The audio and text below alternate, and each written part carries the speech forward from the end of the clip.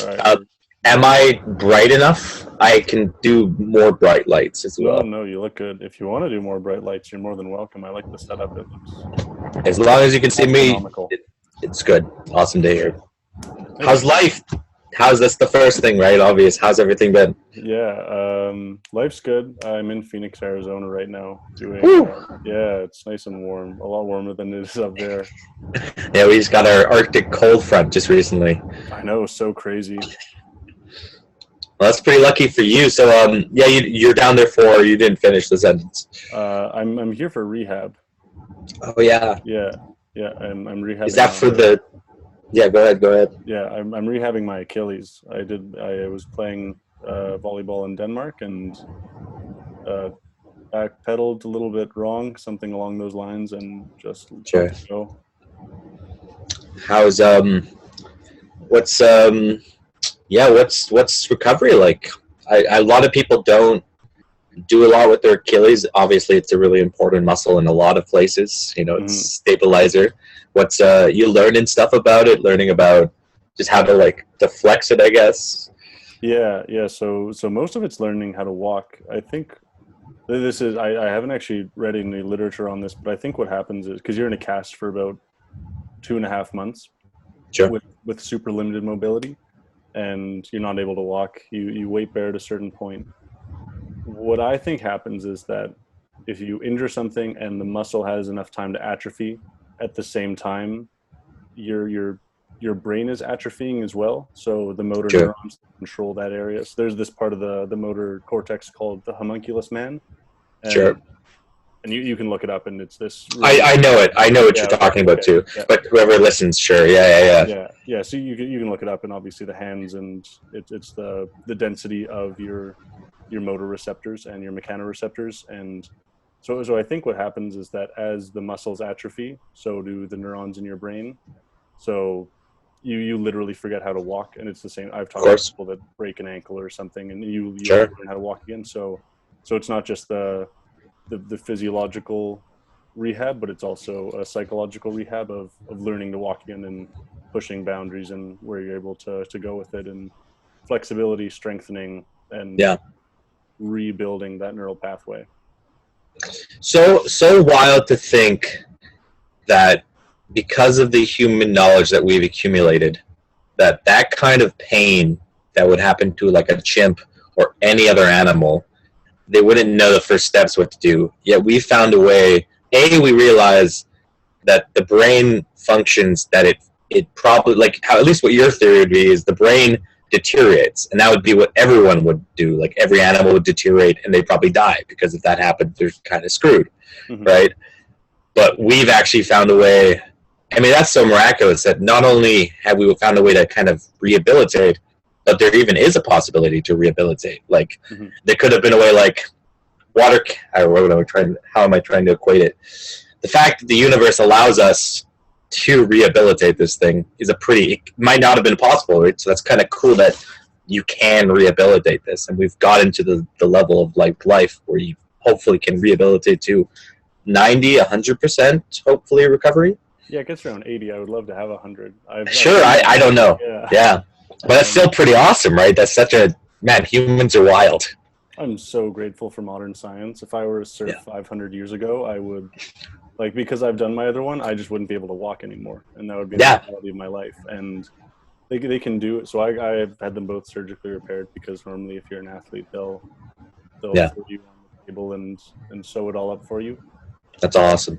but they're the older you get, the less likely they are to do that because there are other risks such as infection. And so Well, yeah. so I was, but you can even get it so you can still repair it by with a conservative method. So they just put your foot at a 45-degree angle. But I mean, the likely, and then you have to sit like that for 2.5 months. Yeah, You actually cast it in there yeah, basically. yeah, exactly. Yeah, So you start off in a cast and you get into your boot, but you're sitting like that for basically 3 months, and the sure. likelihood that anyone before modern medicine was able to put that together and go through a physio protocol, I'm sure Yeah, re-rupture rates were unbelievably high if you even got to the possibility of being able to 100%. re-rupture it again. So Yeah, I'm unbelievably grateful that modern medicine has advanced to the point where like I'm able to walk again. That's Yeah. it normally happens as people get older, which makes sense. Well, Because it's there's that Louis C.K. joke, right, where he's talking about, I went to the doctor and I said, I have a bad ankle, and like, what am I supposed to do? Here, take these pills. And then, but you just told the other guy to start strengthening and repeating, and he's an athlete. And they're like, what? You're not an athlete. You're 45. Yeah. You might have froze. I don't know. Whatever. I assume it's what it is. I can still hear you. Yeah, I think you froze as well. I think we're both. Yeah. Frozen. That's okay. Yeah. Oh, there we go. There we go. Yeah. I wonder, is Arizona, I assume, on the cutting edge of this treatment, or at least cutting edge for your budget kind of stuff? So the reason that I came down was because my mom lives down here, and so she has a pool. And before I was staying with my girlfriend in Cache Creek, just 45 minutes outside of Kamloops. Mm-hmm. But pool accessibility is, the last time I did this, I found it to be unbelievably helpful. Yeah. It was the way that I learned how to walk again, because it's so hard to put any strain onto the tendon and onto your muscles. Like, even I'm up to my neck, and a week ago I thought I re-ruptured it because I was doing calf raises in the pool, and I felt this crack, and I went, like I was scared, super scared. Yeah. Like, okay, it's still there. I can still move it. That's fine. I'll just slow down a little bit and start doing another one. And then I felt a bigger crack. And what I think it is the scar tissue that's between the tendon and the tendon sheath. Sure. There's still a bunch of scar tissue in there that has to break up. So I think that might have been it, that I cracked a little bit, but it was just this jolt, and the feeling was, it was really, really meditative, and almost like a deep meditative psychedelic experience of going back inside. And when you feel that people outside of the sphere that you're currently in, your current environment, is just incomprehensible. Like, nothing exists outside of the room that you're in. All consciousness is only in the place where you're at. That's what it felt like. I was looking in the mirror and it was like, oh my God, like if I pop this again, this is going to be, I'd step back 3 months and lose all of that, and then have to go through it again. But thankfully it didn't happen. But the reason I'm down here is just because of the pool and how special it is to get access to a pool, especially now and all of the restrictions. So close to family and all that. There's all the benefits of it. That makes sense. Yeah. Well, I'm glad you have all those options for you. That's good to hear, man. I hope the recovery continues onward. That's cool. Did you say Denmark or? Yeah, I was playing volleyball in Denmark. That's cool. Did you graduate with me as well, or are you still on a school team out there? Nope. No, that was a team I was playing freelance. Freelance, but like you graduated with me last year, right? Yeah. That's what I thought. But that's super cool that you had that opportunity to get over there. Yeah, it was fun. Language is super cool. I was hang of it, and then I had to run back. That's cool. What's "hello, my name" is in Danish? What was your name? Probably me. Wait, no, not my name, but like, how would you say, "Hey, my name is Josh"?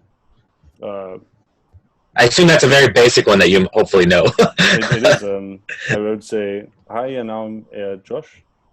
Cool. Actually, fun. I would say Yushua, because the J phoneme isn't really pronounced in very many languages outside of English. Okay. Yeah. The J, even though I guess they have Jarl, right? That's a Danish word. But I guess the Jarl isn't the J that we say. It's a Jarl, right? Yeah. The letters there all over the place. Even in Spanish, it's there. But it's an H in Spanish. Mm-hmm. It's the jota. So when you go to Spanish, and there are people named Jesus, which would be Jesus. Yeah. Jesus, and then in Denmark it's Yeshua. When I went to Southeast Asia, it was also Yeshua. It was people called me. Interesting. I just smiled and was like, yeah, sure.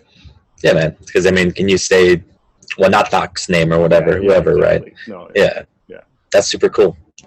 Did you go there right away after school? I mean, I guess with COVID, I mean, we've done better, but did you go right in like March, July? No, so I ended up getting a contract pretty late, but I went at the end of August. Okay. So I was there for about 3.5 months, 4 months. That's cool. Yeah. How was I know Sweden was the country that did no regulations, but they're a far more socially conscious country than both us and the States. How is Denmark doing it? Denmark was really interesting because they're a Western culture still, but they're a lot more collective than we are. Yeah. We're a lot more individualistic, and they're a lot more of a collective society. So anything that came down with regulations, the Danish people were on it like that. Nice. It was just so fast, and there were no complaints. It wasn't a huge topic of conversation. People just accept it and move on, because I think the psychology is that it's for the community. Yeah. And they trust the science a lot over there, so it's just this instantaneous reaction of everyone has to wear masks in the supermarket. And here, I think it was a few weeks to months before it caught on, and people protested and complained about it a lot. But there it was just it happened while I was there, so they were quite far behind in that respect. But they still just jumped on the train so fast. Like the next day after, it was everyone was wearing a mask, and nobody talked about it in conversations besides maybe a small bring up of, oh, we have to wear masks in the supermarket now. Yeah, we have to wear masks in the subway. I can't remember if here. Let me look this up. I just watched this show called Borgen. I'm not sure if it's Danish or the Netherlands. I think it's Danish, actually. It's Danish, yeah. So I watched a show on politics in Denmark. It's a famous show. Mm-hmm. Yeah, it's interesting to see it. And, like, I guess I don't even think about it. Like, I mean, I guess it's Scandinavian. You often hear Northern Europe, which usually talking about Germany, France, and England is different than Southern Europe, which is the Latinx. But I guess, yeah, Scandinavian's a whole different culture, too. And that collectiveness, that the capitalism push toward, I guess, so is France. It's almost more communal, too, right? It's that collectivism. Interesting. Cool. Yeah. And when did you hurt yourself? We're not about to hurt, but like when did you come back to the north or the west, I guess? Came back mid-December, hurt myself mid-November. So there was about a month period where I was able to just lay down on the couch in my apartment for a month. Sure. I didn't really leave. I had a very different situation, but I had sprained my ankle in probably March at Tier U, and I lived on the 4th floor of like the old residency.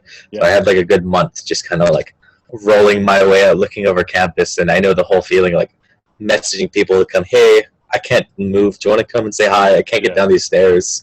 It's a very humbling experience as well.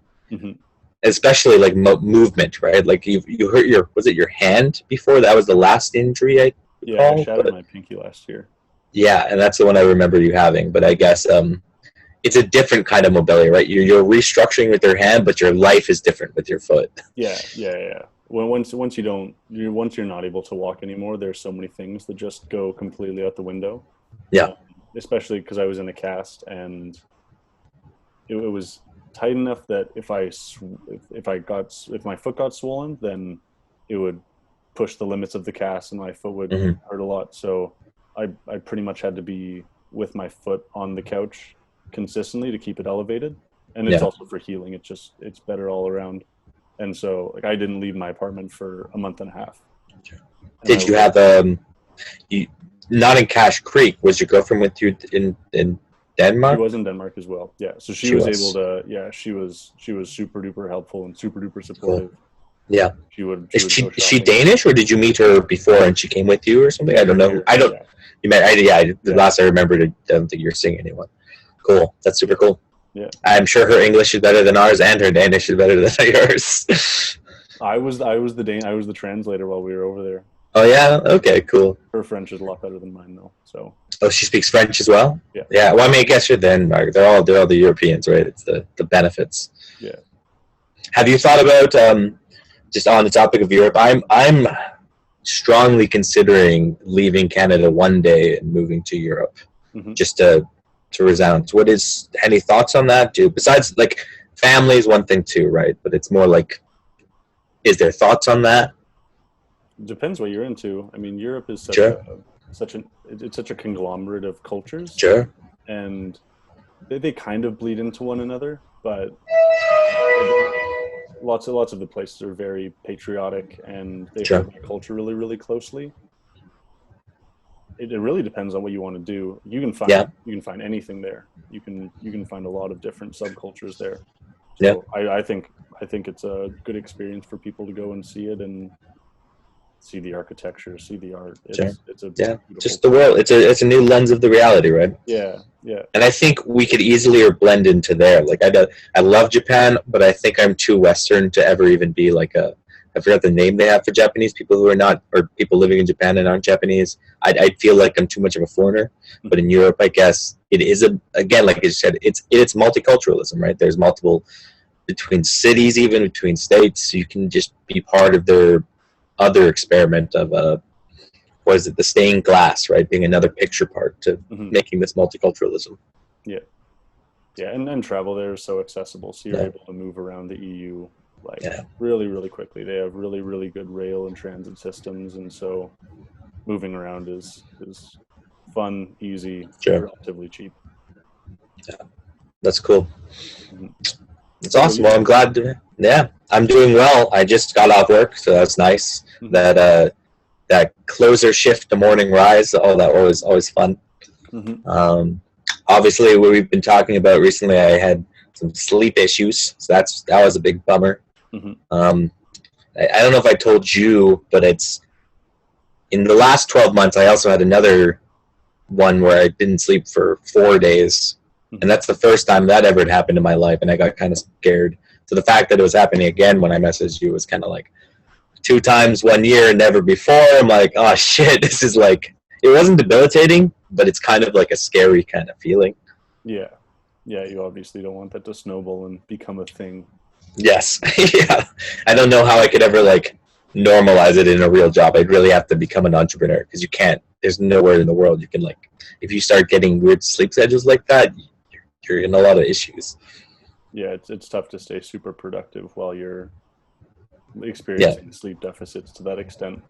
Yeah, but it's gone now. I'm back into a normal sleeper schedule, which is nice. And it's crazy how I was talking to my friend about it on the second day, probably around hour 36. I went to go get some food because I couldn't cook for myself, so I went to go pick up some food.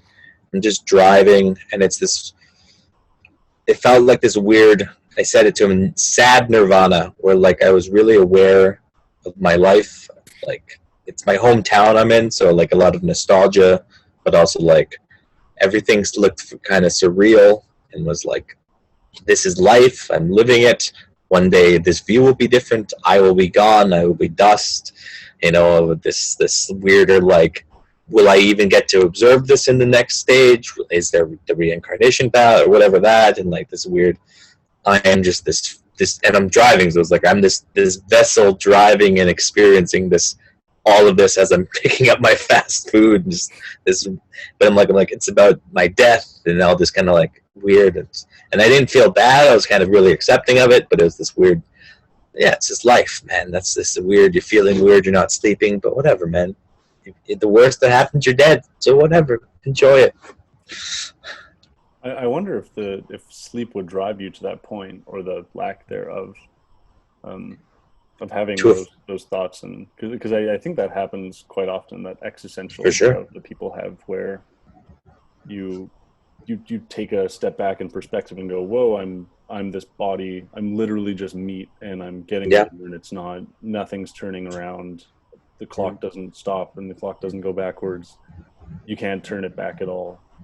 And you kind of have to look at your life and think, well, all of that has already happened, and I have no idea what's going to happen in the future, but all I know that is I'm not going to be here one day. Yeah. One of my favorite, I don't know if it's thought-provoking, but it is thought-provoking, I guess, but like, I get the thought every once in a while, like, it's kind of cool that not only your ideas of happiness, sadness, anger, maybe the emotions you hear about but you haven't experienced yet, everything ever that is in existence has been only thought of, like how you view anything has only been thought of by you. So like someone else might have experienced it. Obviously, I have someone else experiences differently, but the idea to actually realize what I think is happiness, or what I think is happiness or sadness, or my own, I can only relate it to what I think. And so like happy, it's like what's blue is blue, right? But then on the emotional spectrum, like the best, I can only compare the best moment of my life to the best moment I've ever had, or I can kind of imagine what would be better, but like at the same time, it's the imaginations I'm having about things can only be built upon my own experience. So it's that weird, I guess that's what everyone says, the best thing to get in life is experiences, because then you can build a better like feeling of the world around you. But it's a cool feeling to be like, oh, the fear of death, well, that everyone has it. I think you cut out.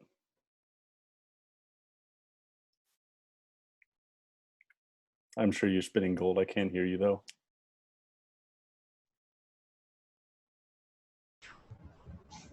Okay, now I can hear you. Okay, yeah, I saw internet connection unstable. So I missed the last bit. I'm sure it was gold though. it was the same. There's the same idea, just building on top of each other. Summarize it was what I tried to do. Mm-hmm. Where do you think that comes from? Where do you think I don't know, so I'm reading a book right now called The Language Instinct, and Steve Pinker talks about our ability to understand experience isn't tied directly to our linguistic ability. So there's mentalese, which is the way that we think, and the way that we express ourselves might be in a language. So I talk to you in English, but the thoughts that we have, the consciousness that we have, isn't necessarily a linguistic dialogue. It's something that transcends language. And so I wonder how deep that would go if we didn't have the ability to articulate ourselves with language, how deep our thoughts would actually get, whether we would experience existential drought, or what the closest thing that experiences consciousness to us would be that would also experience that feeling of, whoa, I'm going to die one day, or whoa, I'm me, and actually take that as an intrinsic feeling rather than a expression of language. Mm-hmm. Well, I think maybe I'm saying this wrong of Pinker, but I agree that language isn't used. You could say language is used to try and describe the feeling. So obviously the feelings come first. And I think the ability to create a connection without words and just through what is it? 80% of language is movement and stuff, or body language. So so obviously I don't think you need language, and obviously you can share a moment with someone who doesn't speak your language and you don't speak theirs. And I think English allows us to try and tell someone else, and if you're really good at being able to feel the feelings from words, which sometimes you can, sometimes you read a passage and you feel it, right? But that's what art is, right? So I think language is used to describe, and it can sometimes trigger the feelings, hopefully. I mean, that would be the goal of a great author or whatever, or artist in some sense. Mm-hmm. So yeah, I think it's the feelings is what matters, and how you can define it, right? And the better logically you are, you might be able to explain step by step that I fear death. Step 1, I fear death. Step 2, why do I fear death? Step 3, how does that make me feel? Step 4, it makes me feel scared. Step 5 also makes me feel happy that everything I does. So you could define it and try and define all the feelings you're feeling. Mm-hmm. You don't have to, and like you said, sometimes you can't. I'm still. I guess he's a linguist, so he might know more on it. But I'm a firm believer. If you take the time, you could always describe everything, but it might be a lot harder. I had an argument with my friend about he likes this girl, or he did like this girl, mm-hmm. But we were drinking, and I was getting an argument. It's like, yeah, but why do you like her? Is it her smile, her laugh? It's like, I just do, man. And I was just being belligerently drunk and too argumentative. And I don't blame him. Maybe he doesn't have the words. Maybe you can. Maybe you can't describe it, right? And that's my own. I'm a staunch believer that if you take the time, you probably could. Maybe she reminds you of your mother. Maybe there's just a glow to her, right? Maybe something that's fake, or maybe you're destined. Maybe it's a past life thing. Who knows, right? Mm-hmm. But is there truth in what you define? Maybe not. But I mean, you could try and define it, I guess. So it's yeah. On that note of attraction, I think that's another intangible thing, that the inability to express why you like someone initially. Mm-hmm. I think that could be a pheromonal attraction. So I think that there are 3 main means of attraction when you're starting to kind of incorporate your life into another person's, if it gets to that stage. But I think it goes aesthetic, pheromonal, and then psychological. So first you have to actually find someone attractive, and then you have to be you have to be pheromonally attracted to them. So they have to be somewhat compatible in that sense, where they have to smell Sure. good and their skin has to feel soft, for example. And then after Yeah. that, I think that the psychological component comes in, where are you compatible in the way that you view the world? And then there's a question on that. Do they smell good to you because maybe your dad, I'm thinking of a girl, maybe your dad wore that aftershave, or maybe your mom wore that fragrance? So it's a little bit of the, is it nature, as in nature's trying to tell you this person's good stock, or is it nurture, where like your family reminiscence of it, right? Or it's probably both, as obviously it is, but it's kind of that, there's that next step too. Like, what is this? Why did you even have that? What is the word you said? Phenotype? Or not phenotype? Pheromonal. Pheromonal type, right? Like, why did you even have that, right? Right, yeah.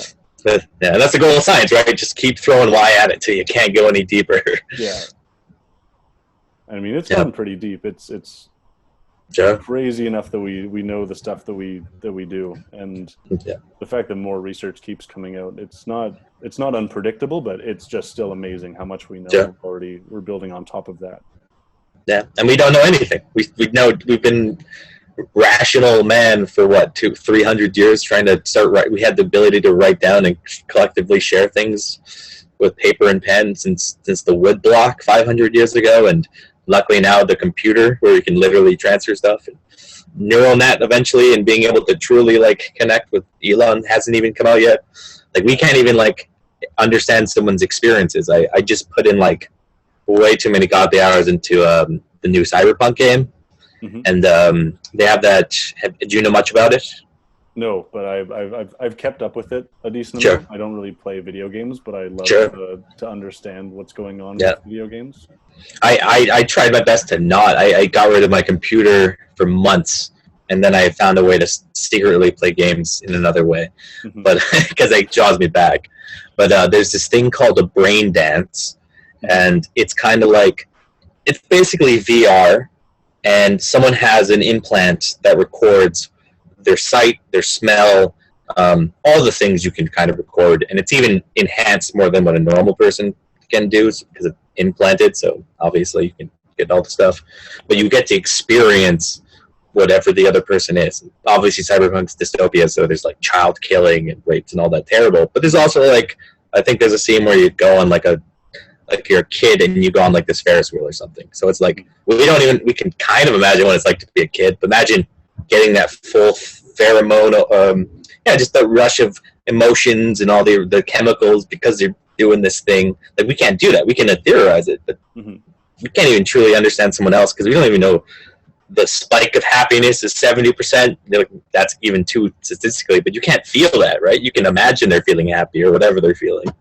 It's cool where the future will take us, and we know so much now, or not. Like, it'd be cool what we can dissect of how people work once we can like literally get in their brains and really walk a mile in their shoes, or even, I wonder, reevaluating our own lives by taking our feet into someone else and reliving truly a moment in your life. Like, oh, I totally thought that was different.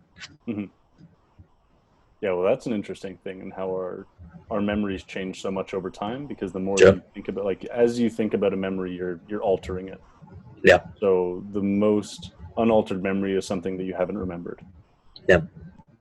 Even on the point of being able to experience the memory of a child, something I find interesting about that is that children have such a limited experience in total, that the reason that a kid has a breakdown the way that you or I would had, maybe someone passes away or we see something horrible happen, a kid has a breakdown akin to that when they drop their ice cream, because that could literally be the worst thing that's ever happened to them. And the same way on that happiness spectrum, where if you experience something like love as a child, or you experience the warmth of family, that's something that it's one of the best experience. It is likely the best experience of your life, because you have such a limited window. Yeah. That your experiences are so volatile in happiness and sadness and those emotions, because you're expanding your perceptual window so much through those experiences. Yeah. And in that way, I'm sure neurochemicals are just flying all over the place. Like that's what cool. puberty is you're just up and down, up and down, Yeah. up and down, because your hormones and your endocrine system is just going off the rails.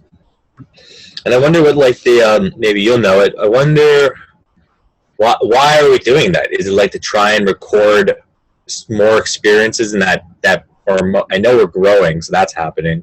But is it trying to, like, the body naturally is trying to turn up and down the emotions and feelings you're having, so that when something in the future happens, your brain turned on extreme sadness right now, so that when something sad happens when you're older, you can kind of compare it to that or something. That's I'm trying to explain it, but I don't know if that's coming out the way I'm thinking. No, I think you're on the right trail there. I think that's a good way to put it, because what happens is that we don't have memories so that we can go back and experience this bliss. You can't go back and experience the same thing that you experience in a moment.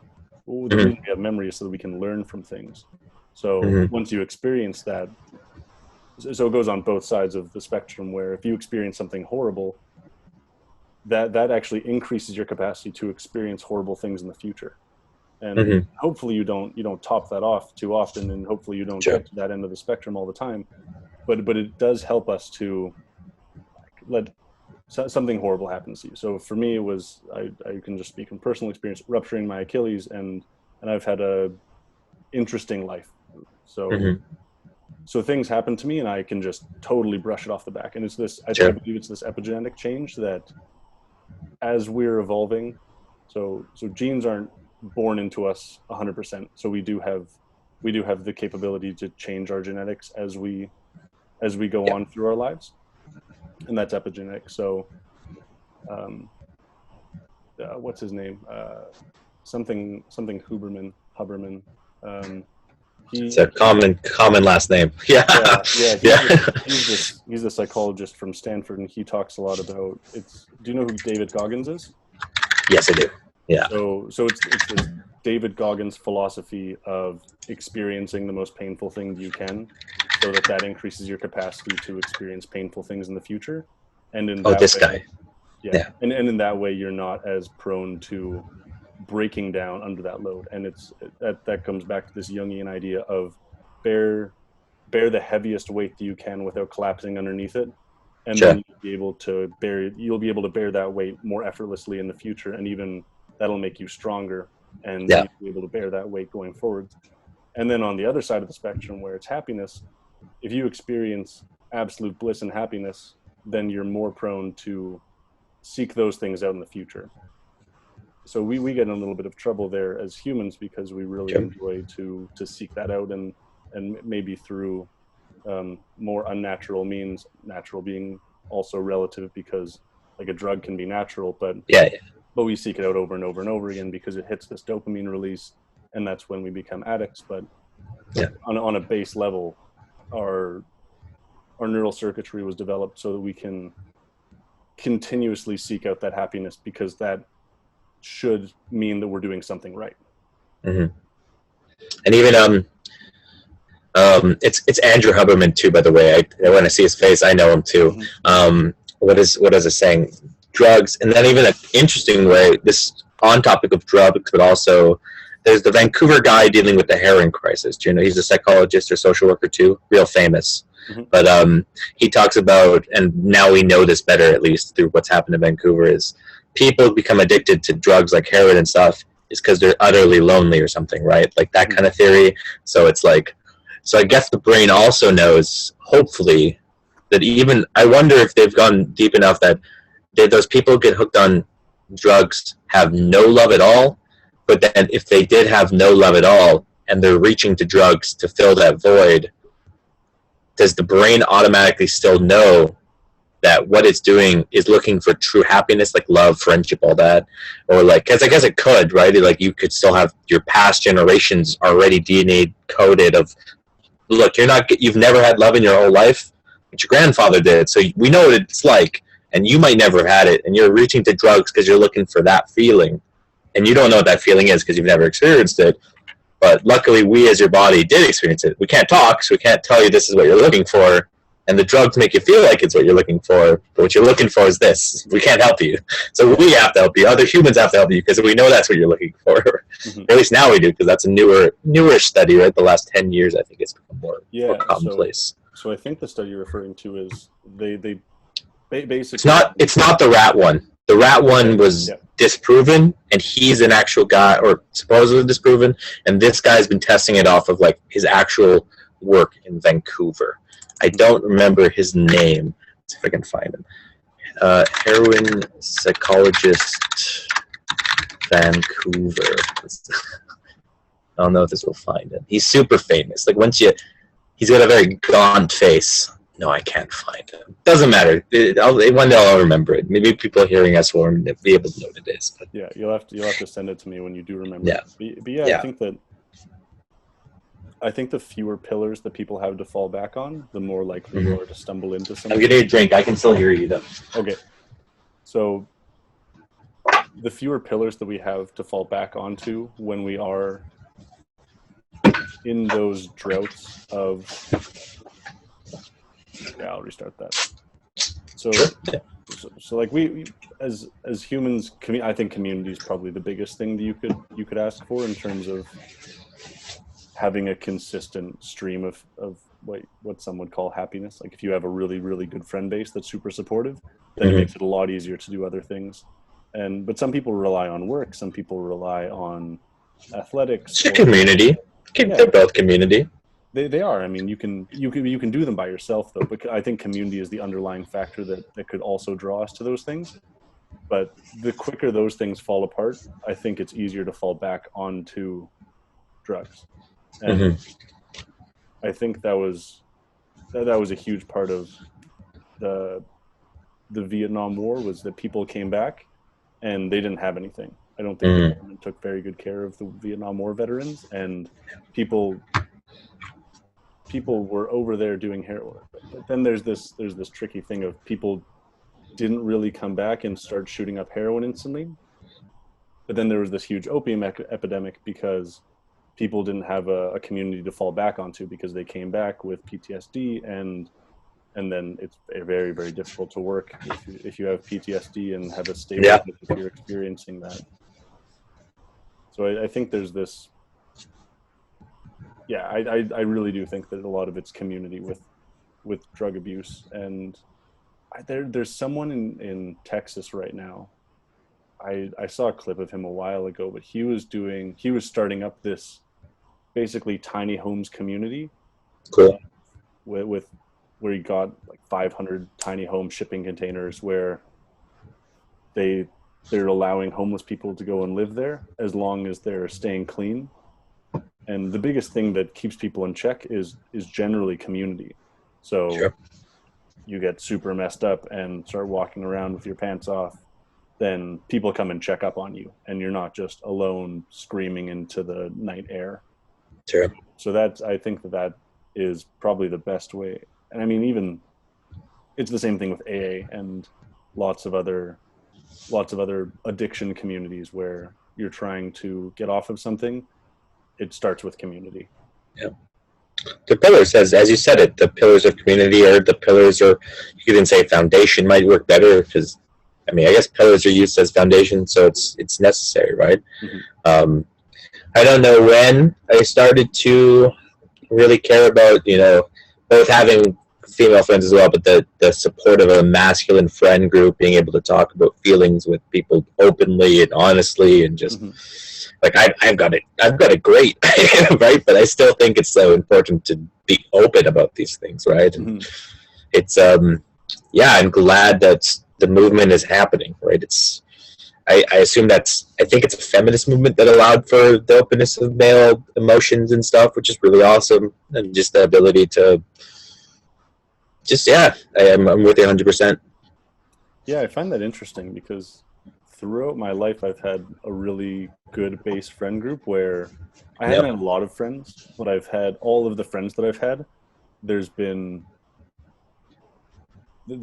been a lot of clarity in the sense that we're able to talk about anything. All of my friends, I'm able to sit down and say, hey, I'm feeling this way. And there hasn't been this feeling of being unmasculine or being just shamed yeah, for whatever reason.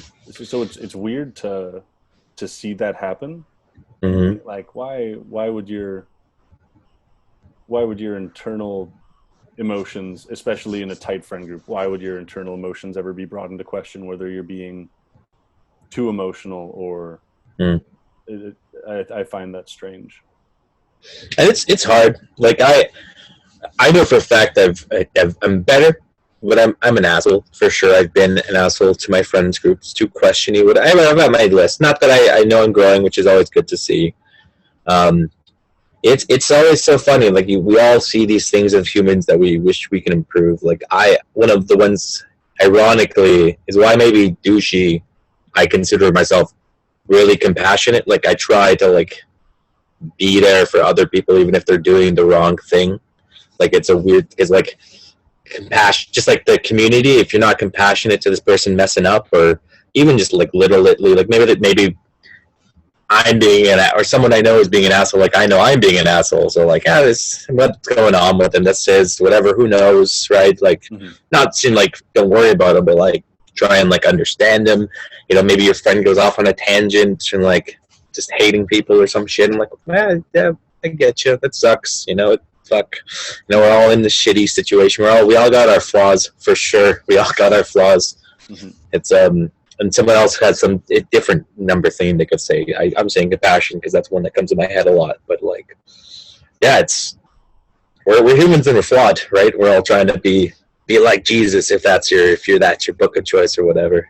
Yeah, you're striving for that archetype. I think what I've often referred to that as is support.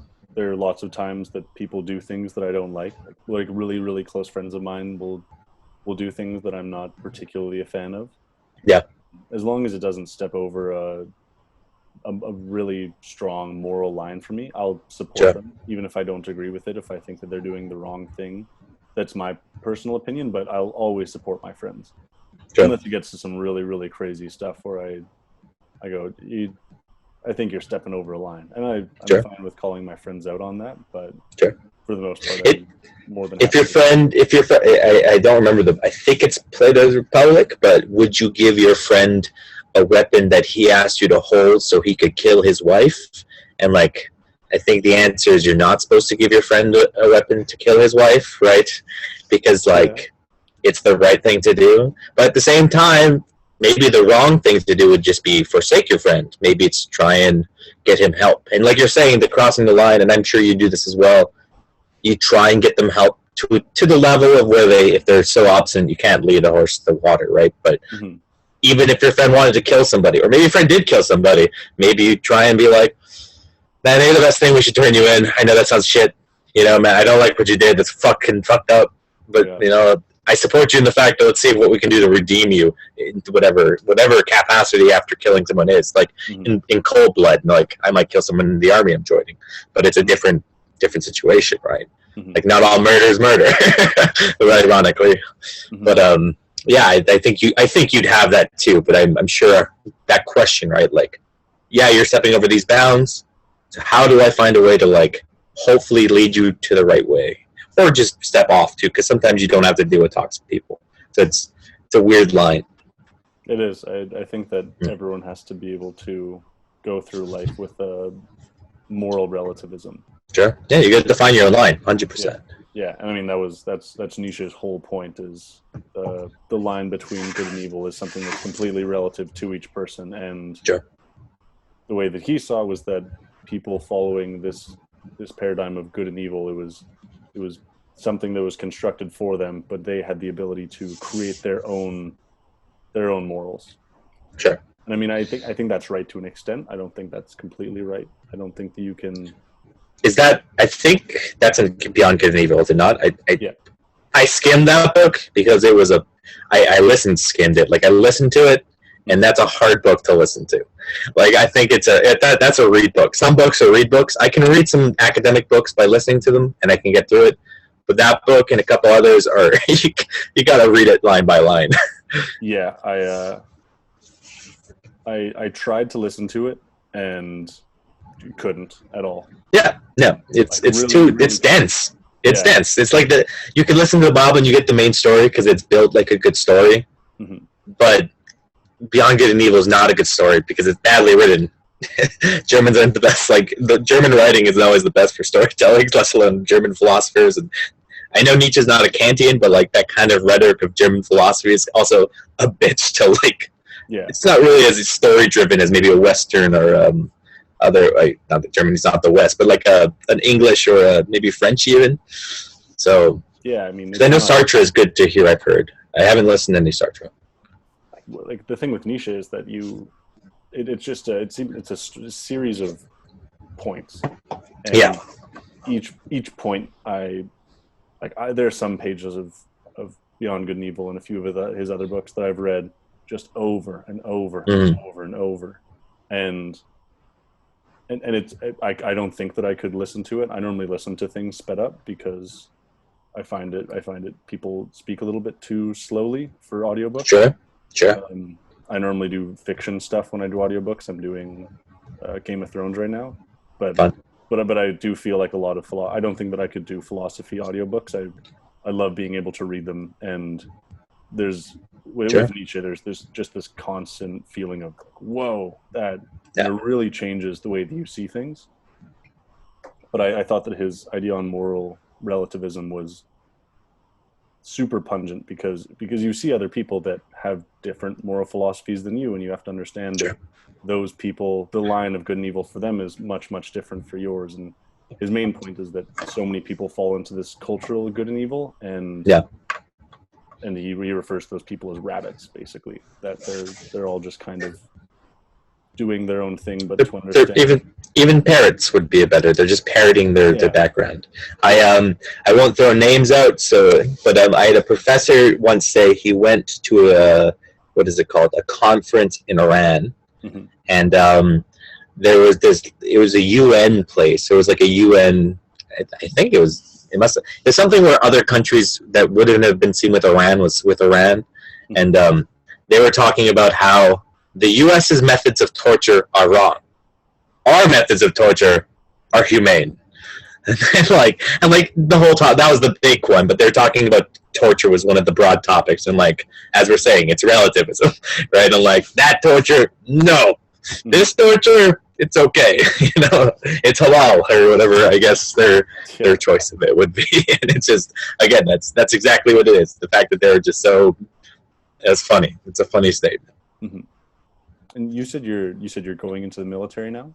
Yes. I decided probably building up within the last 2 years.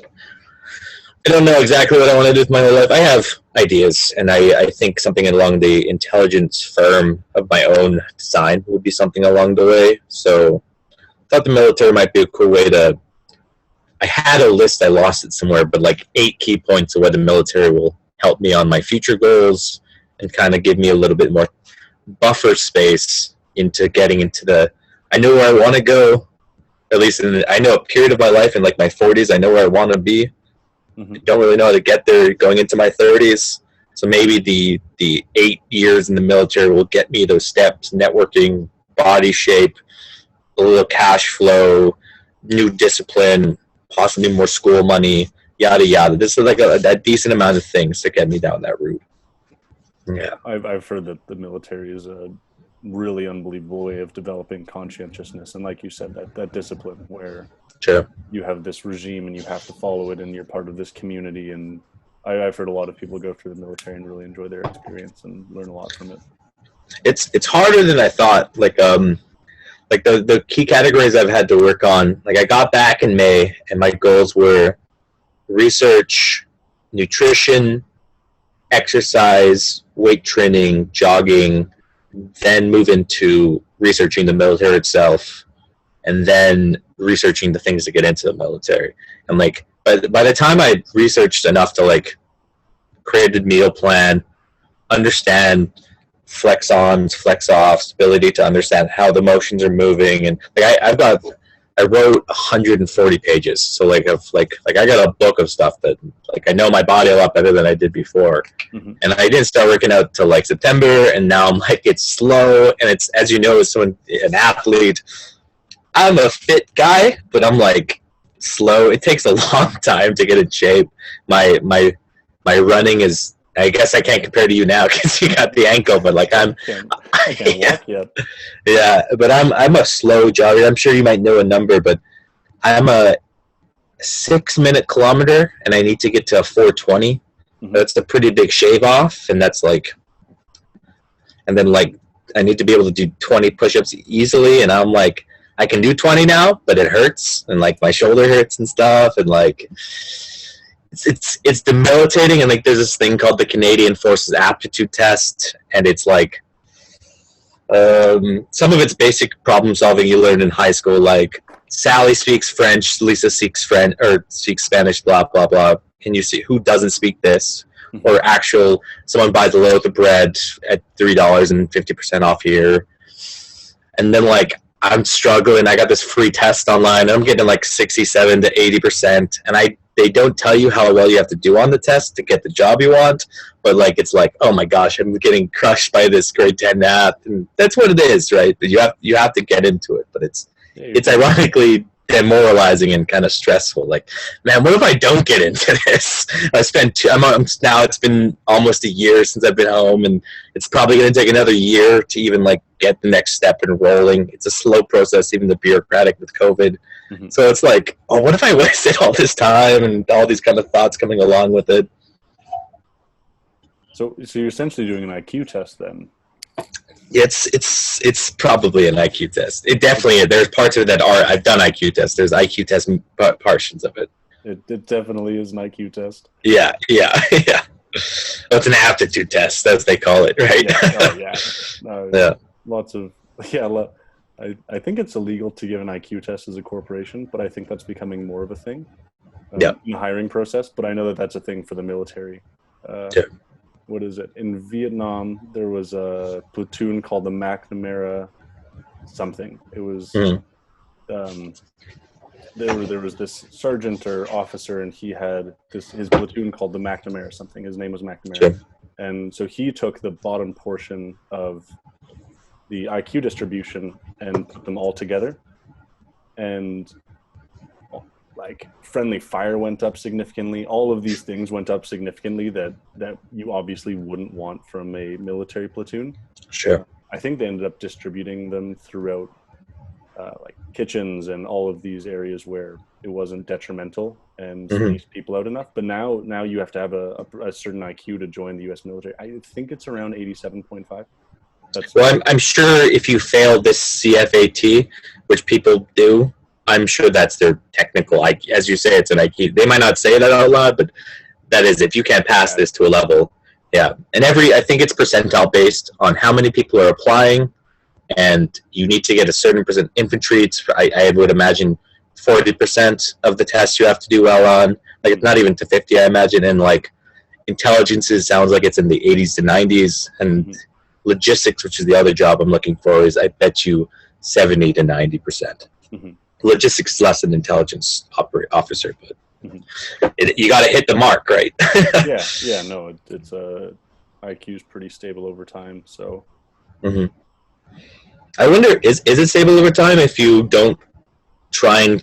Is it stable over time because most humans are constantly trying to improve, even if they're not like improving people, or is it stable over time if they just go work on a farm afterwards and then it just stays stable? So IQ is stable over time, and it normally peaks at around the time where your frontal lobe finishes developing. So that 20 to 25 for both men and women, I would say that's the average. Maybe a little bit older than 20, but it's stable over time. There's crystallized IQ, and then there's fluid IQ. And crystallized IQ is something along the lines of facts. So I could read as much as I want, and my crystallized IQ will increase. I can cite things, I can quote things. But fluid intelligence is relatively stable, and that's the number that they would get from that test, and that's your ability to problem solve, more or less, and that has a correlation with numbers. So a regular IQ test will be cross-cultural, so it won't be language oriented, but it'll be a row of 4. It'll be a line. It's just spatial in a sense. Yeah, and then it says, okay, which one of these are next? that, and a lot of that correlates to numbers and math. So Yeah. that'll tend to be like in the STEM. Yeah, and that's on there. So I guess there is a verbal section which is based on English or French, depending on what you are. So yeah, it's verbal, spatial, and problem solving. It's the three categories. Yeah, verbal will be I assume that they'll basically say write down as many words starting with the letter P as you can in the next minute.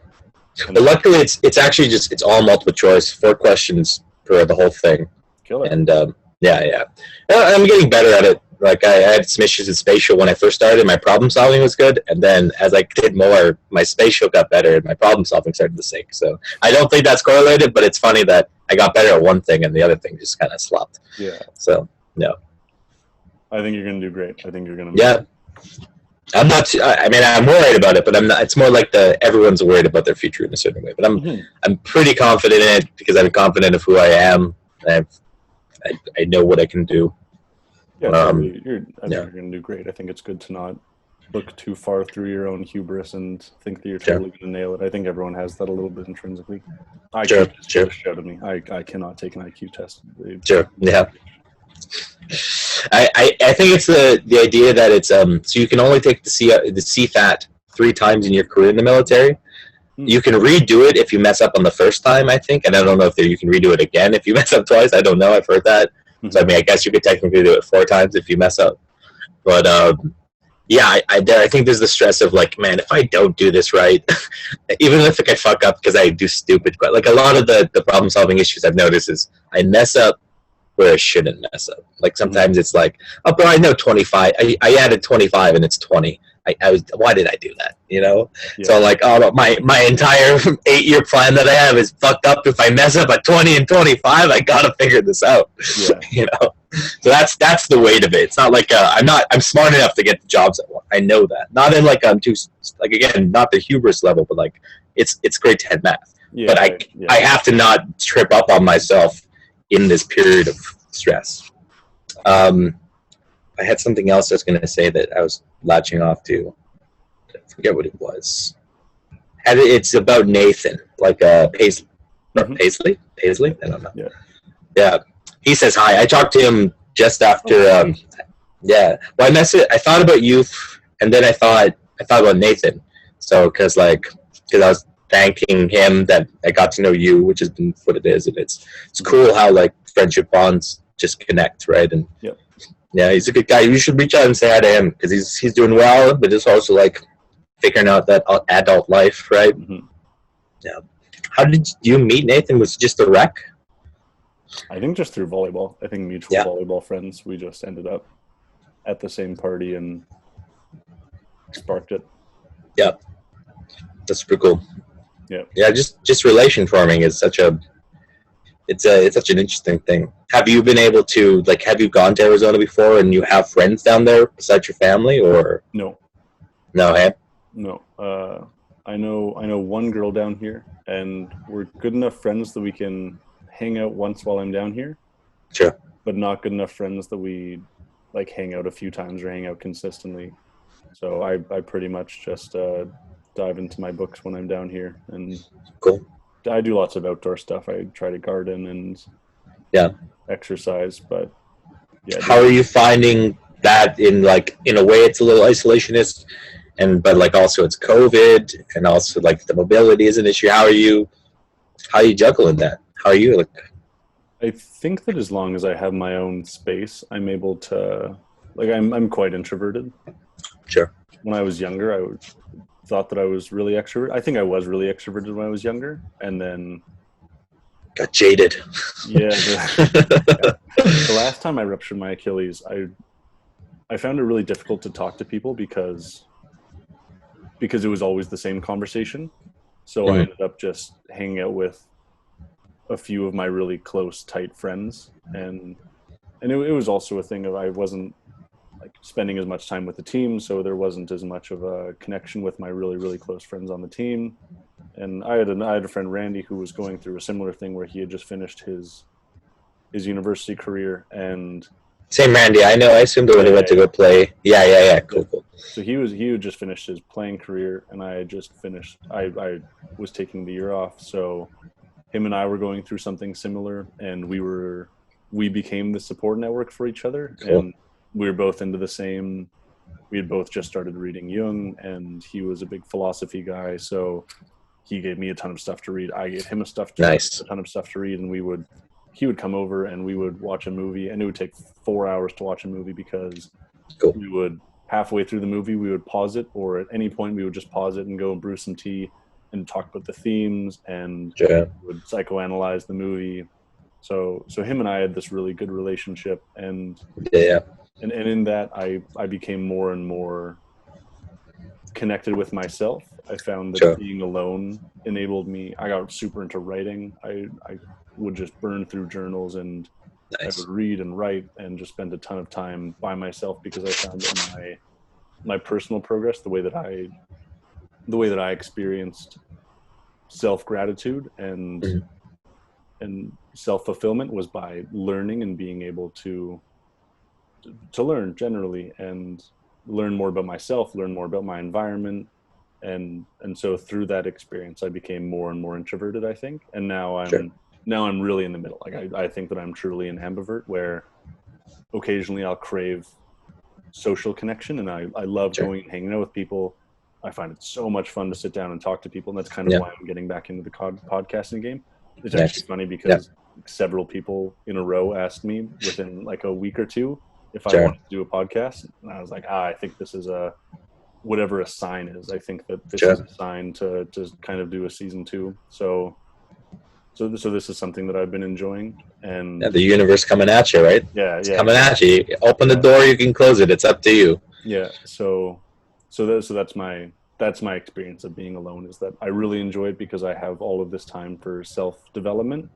At the same time, I think that the extroverted portion of personality is also this really important development of the self, and we get to there's this line from Dune, the book, where it says that a man is made in the desert and polished in the city. So you kind of go out, and this Nietzschean metamorphosis where you become a camel, and then you become a lion, and then you become a baby, and you just continuously go through that process of being able to walk through the desert alone to become the next step of yourself. And then you get to embody that and experience that with the people around you, and you get to change with them, and then you kind of go back into your isolation. But it doesn't necessarily have to be these really long periods. That's kind of the way that I tend to do things, is in these longer periods. It can be day to day, where you spend time with yourself, and then you spend time with others, and self-actualize by learning by yourself and demonstrating that learnedness with the people around you. Well, it's such an analogy of I can only do it through my northern hemisphere / western of like the process of life, right? Like we have winter, spring, summer, and fall, right? We have this period of we kind of die in a way, but like it's almost our ego dies, and we're in this cool moment where we can, like, as you're saying, revitalize myself, start doing reading and research, and take this time for me. And then like the spring comes, you're starting to test out if what you just learned was useful, and start saying, hey, kind of going out again. Not saying it's not quarterly or anything like that. The time scale doesn't matter, but like that ability to like breathe into oneself, to renew ourselves, right? And you find out who you are in the harsh times, or just the quiet times, or just being able to be introspective, and then being able to be extroverted is also, well, then you can actually practice these things, and it also can help you fill that gap where that ambiverted, and I bet you most of us are, right? And maybe we just didn't get the right nurturing when we tried to be extroverted. Like it sounds like you had a really great relationship with Randy, where you could practice your introversion, and then with him both be introverted together, but also bounce off each other, which is another community thing, that the ability to work with someone else. So it's really, it's so cool how I think I'm I mean, I agree with you. I was definitely jealous. That sounds like a really awesome relationship you've had. I've had similar in different way relationships, but that sounds like a prime relationship that I imagine I would love to have with people, Hmm. or at least like a small. Not everyone. You don't need that with everyone. But like Yeah. I have different relationships, but like I've had different types. But that sounds awesome. And yeah, just even now, like I mean, reaching out to you is like I'm feeling a little bit isolated. I've had a lot of time. I'm working on all this the exercise stuff, and I'm in my hometown, but I got two friends here, and one of them doesn't want to come out because of COVID, and the other one's just a busy guy. Hmm. So it's. I'm glad we have the internet. I'm glad I can do this conversation right now. You know, Yeah, me too. feeding that urge to. I'm definitely snouty about my small town hick kind of personality. So it's always nice to be able to like remind myself, oh wait, you can have intellectual talks, and you can do it here too. But Hmm. it's if you're looking for it, you can find it, right? Yeah, yeah. It's really really nice to have a community where you're able to just pretty much pick up the phone and say to any of your friends, "Hey, do you want to have a conversation?" And Yeah, it's all about building that network. Like up to a certain, I think up to what are once you're about 5 or 6, then your parents totally lose control of who you become as a person to an extent. sure. I say totally because I think that it's quite close. I think you're raised by your parents until you're around 5, and then it's culturally, but that grows and develops where the age that we're at, the people that we become is largely influenced by the people around us and Hmm. the environment that we have. An environment isn't just the physical place that we're in, but the people that we surround ourselves with. So Hmm. one thing that I have shifted away from, or at least I don't continue to hang out with people who judge an idea as stupid, or like Sure. I've been at a party where people are like, you smoke some weed and like someone says something and another person looks at them and goes, "Oh man, you're so high, that's so dumb," and everyone laughs, and it's this, you're just pushing this person down so Sure. that they don't express themselves in the future. And I think that's a similar thing to what I talked about earlier, where you're Yep. constantly Yeah. conditioning yourself to seek happiness and to avoid uncomfortable situations. Yeah. And maybe it shouldn't be that way. Maybe you should be seeking out uncomfortable situations to increase your capacity to experience those in the future and come out unscathed. But in that same way, you don't want to experience uncomfortable situations when you're with your best friends. Like you want to be able to say It's a something. balance. Yeah, It's a yeah, it is. balance. It totally They is. gotta shit on you, but they also have to put you up, right? Like it's Yeah. okay to because you to shit on you is to be what is his name? Jonathan Haidt or Height is anti-fragile. It's also what you're talking about, just another phrase. But like you need to be knocked down a peg because then you might be too hubris. But you also need your friends to build you up too, or you need to build that introversion dumb thoughts, but they're fun and they're conversational, Mhm. and like, but you also gotta like yeah, you also gotta be humble about it too. It's a weird, Yeah, it's a balance, right? You gotta, yeah. you can't have friends who just say yes men to you as well, because that's no good for you either. Hmm. Yeah, it's super cool.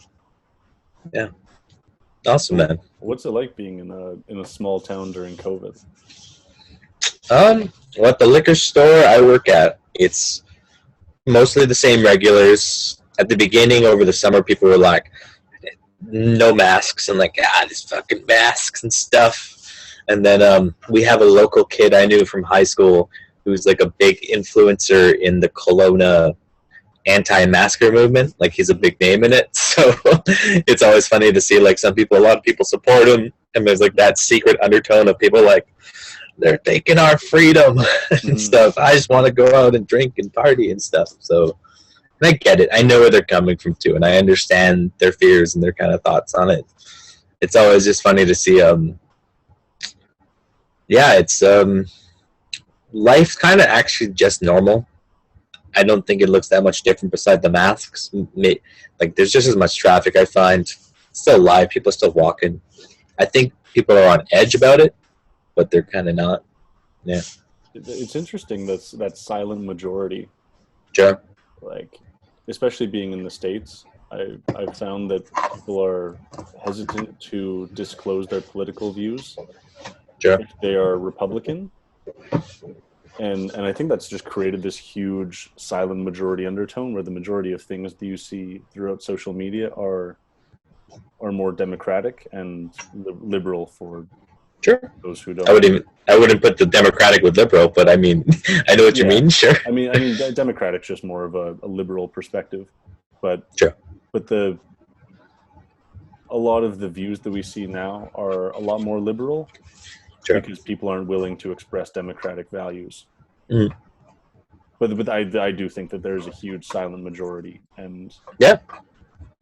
Well, I'm a radical centrist at the end of the day, so like, I sometimes have definitely issues with the progressives, and then like the liberals can be like so hard to throw something on the map, like as anything is. Mm-hmm. But like I can see the conservative angle, and like I've talked to people about it, and I definitely see the fears of it, and there is possibilities of the rise to what's the word called, the rise to authoritarianism, and it's easy to lead to a higher issue. You know, there's the Peterson talk. If people watch this, and depending on how people think about it, the Peterson talk about you'll probably kill 1 million Jews if you were given the situation, because the Nazis would coerce you to do it. You know, they'd kill your family, they'd mutilate you, they'd blah blah blah. Who knows? Most of us aren't heroes, right? Most of us would buckle under the knees of true tyranny. Yeah. And it's it's always so weird. Like, I'm sure you've heard about, is her name Gina Carano, the girl who called out the modern Nazism. And then I wanted to read the quote. It doesn't sound that bad to me, but maybe that's because I'm an outright fascist. I don't know. And, you know, I didn't see it as anti-Semitic, and I'm Jewish. And Ben Shapiro, I mean, he might be more on the right for sure, but he's Jewish. I saw it as just more of a fear of authoritarianism and forced to do something, not as which might be someone's fear as a Republican, because they're fearful of big government. It really just sounds like a big government's scary, and I don't want to be told not to. I didn't see how it was anti-Semitic, so it's weird. Yeah, I think one of the thoughts that I had about that, because I've been thinking about that for a few days now, and sure. because the image of the Holocaust is so pungent in our minds, and sure, like it's taken this huge portion of history, and like it was a few years that's been that there's this magnifying glass in our culture about it because it's so important, and anything that people compare to the Holocaust is seen as extreme. Sure. And so I understand where she was coming from, and I think that the issue is that people think that that's so far away, that the Nazi Germany and the Holocaust is so far away from anything that could happen now, because it's weird that we have this, like we talked about earlier, this cultural hubris of that couldn't be us, we could never do that, but it does. It's just step by step, and once things really get rolling, it's hard to stop. Mm-hmm. I've been having a lot of thoughts about and where it's bubbling up, and this is also an exaggeration, but there's maybe it's not a big population, but there's the talk about like the eat the rich kind of thing, and and there's never really numbers defined. And obviously I'm skeptical. Like, I'm okay with billionaires, but I'm also skeptical of the fact that they're so rich, and like they could probably be doing better with their, maybe taxed it better, or maybe proper philanthropy. I don't know. There's too many options, and I don't know the numbers behind it. But then, like, if the eat the rich faction somehow gets powerful, like the Jacobins in the revolution, if something happened, right? What's the percentage? Is it the 1% that also gets eaten? Is it the 2%? My family's in the 5%. I live in a basement that doesn't have proper ceilings because we don't have the money to build a full basement yet. But that we're in the top 5% of Canadians. Mm-hmm. So like, and that's, I think it's $150,000. Not COVID's killed us, so it's not like you're doing that well now. But like, does that mean my family's gonna get eaten? Like, I'm right up there, you know. I'm like, you don't have an idea on it, and like, all it takes is the guys like, we're gonna eat the 1% because they're the $1 millionaire or the millionaires or whatever. Mm-hmm. And like, yeah, but this guy's making $250,000, and that's kind of unfair. And like, that one guy pushes, okay, we'll eat up to the 3%, and then like, well, what about the 5%? I'm making $16,000 minimum wage, and these guys are making $70,000. That's unfair, right? Well, right. Let's take them out too, and stuff, right? And that's what happened in the Culture Revolution in China. I had a class on China, and I remember that my professor did what is that called when you're a thought experiment, and like everyone talked about it, like how hard would it be for Canadians to get to the Cultural Revolution, right? Mm-hmm. And I think it'd be a real recession away. Like it's one bad recession away from every revolution, right? Or maybe depression now. But there's economics where people are starving and hungry and need someone to scapegoat. They'll do it, and that's how close we are to any of this happening. Mm-hmm. Well, an interesting thing about that is all of that's just a statistical distribution, the Pareto distribution, where the majority of a small amount of people will hold the majority of a statistic. So even with crime statistics, and like let's use the police. So in New York, there was a police chief. His last name was Kelly, and he put forth these major reforms. And one of the big things that he did was to increase the amount of observation towards the top of that distribution, because it's not that the entire apple is rotten. It's that one guy has 16 complaints a year. The next guy has 4. Everyone within 10% of that has 1, and then everyone else is fine. Yeah. So, with the whole eat the 1% thing, that gets scary because, like you said, where do you draw the line? Also, how do you determine what the 1% is? As Canadians just living in this country, we're in the 1%. Yeah, globally, sure. Yeah. But the revolutionaries would be the Canadians. Like the revolution might start in Africa, but just like how Black Lives Matter is a movement in Europe right now, mm-hmm. The Europeans are defining it as Europeans are defining it, and the Canadians would define Eat the Rich as through a Canadian context, right? So they wouldn't care that you make $30,000. They would be mad at the millionaires, but it would still be happening. But again, it's where you draw the line. Is it off number base, or it's the fact that this guy has 16 windows, like they did in England, the window tax, right? Like, what is this guy's lawn is always green? Who has the money for always green lawns? Monsters, Yeah. Yeah, classic Arizona measure of having a green lawn in a desert. Yeah, man. The hubris on that motherfucker. Yeah, seriously. Yeah. Yeah, and I feel that it's less of caring about the people at the bottom and more about resenting the people at the top. Yeah, it is. It's another thing, because there's always going to be someone at the top. It's like you can't level a socioeconomic landscape. I would say, and like I had a thought in it though. Like I'm a reformer, a radical centrist reformer, rather than revolutionary or whatever. Mm-hmm. And now it's a slower process, and maybe it's not like Scandinavia is perfect in any ways, and it has many of its issues.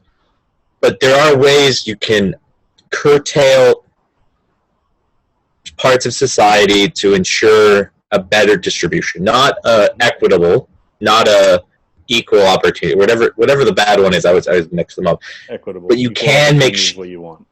Sure, but also to an extent, because as we know about the Pareto, or I don't think that's Pareto, but that's 80-20, isn't it? But the really rich people can be capped to an extent that makes sure that everyone's doing better, so we don't get to the point where they want to eat you. You know, we can create policies and legislation. Yeah. Maybe we can't. Maybe I'm a fool, and we actually already have been bought out by corporations completely, and there's no turning back, and we're just waiting till they eat the rich. But Pareto might have also done the other one as well. But I know Pareto's main law was the 80-20. Yeah. Yeah. So it's yeah, we can do better. It's slower, and like the people at the bottom are suffering. Like I had a fight with this person about Indigenous issues, which I am completely on the wrong side of the argument we had, and I was just being obstinate, whatever. But I mean, there's some truth to my points, but I mean, I'm not even going to bring it up because if anyone listens to this, I will chat on it. And I agree my points are wrong, even if it's a personal thoughts on it. Mm-hmm. But yeah, the people are suffering. You know, the poorest people are suffering, and even the middle class is suffering, and I bet you the rich are even. I mean, technically, I'm at 5%, so even the rich are suffering. So, like, you know, so And then they won't let us buy GameStop. God damn it! Yeah. You know? Yeah. Yeah, I think something I realized in Denmark was that in the Scandinavian countries are a really, really good place to be poor in. Sure. Whereas somewhere in the States, it's really, really nice to be rich. Sure. Like it's a lot easier to be poor in Denmark than it is to be poor in the States, and it's a lot nicer to be rich in the States than it is to be rich in Denmark. A lot of that. And maybe the ethical question is, I sometimes relate it to I'm sure you read this book, the one where they torture a single child so the town's doing better. Do you know what I mean? No. It's I forget the name of the book, but like it's called The Village Mate or The Lottery. Do you remember The Lottery? Yeah. So it's a lottery, right? So the ethical question, is it okay that, and what the percentage is doesn't matter, that a percentage of our population, maybe it's 50% in the States because they don't have $1,000 savings account, because that's kind of what it is.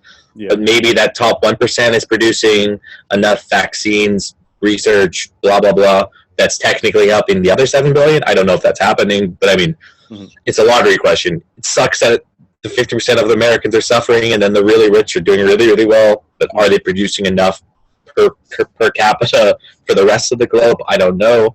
Americans supposedly have the best medical system globally, even though most people don't get to treat by it. They make the best drugs, most software. I mean, China's coming up, so we're actually dealing with but China is something I'm not Chinese, so I'll never truly understand how China works. But like, they're a different method of this really rich country. We'll see what they look like when they start clouding. Like, they're kind of more community based, even though they have their poverty. So maybe they'll do better than America at being better at providing, or maybe they'll just help their 1 billion people, while America's gives away free drugs to India. They patent it in America, but you can still get a free drug in India, right? So. I know it's an ethical question, and there might be an answer, but it's more like you'd have to be someone who looks at ethics for a long time. Is it worth it to have these people suffer if the people are really? I already said my point. Yeah, I think Andrew Yang, that was a guy in the running for the Democrats. Oh, he's my boy. I was watching the whole way. I love Yang. Yeah, Yang gang, baby. I really like that idea of universal basic income. Sure. Just because I think that is a reasonable way to redistribute freedom dividend.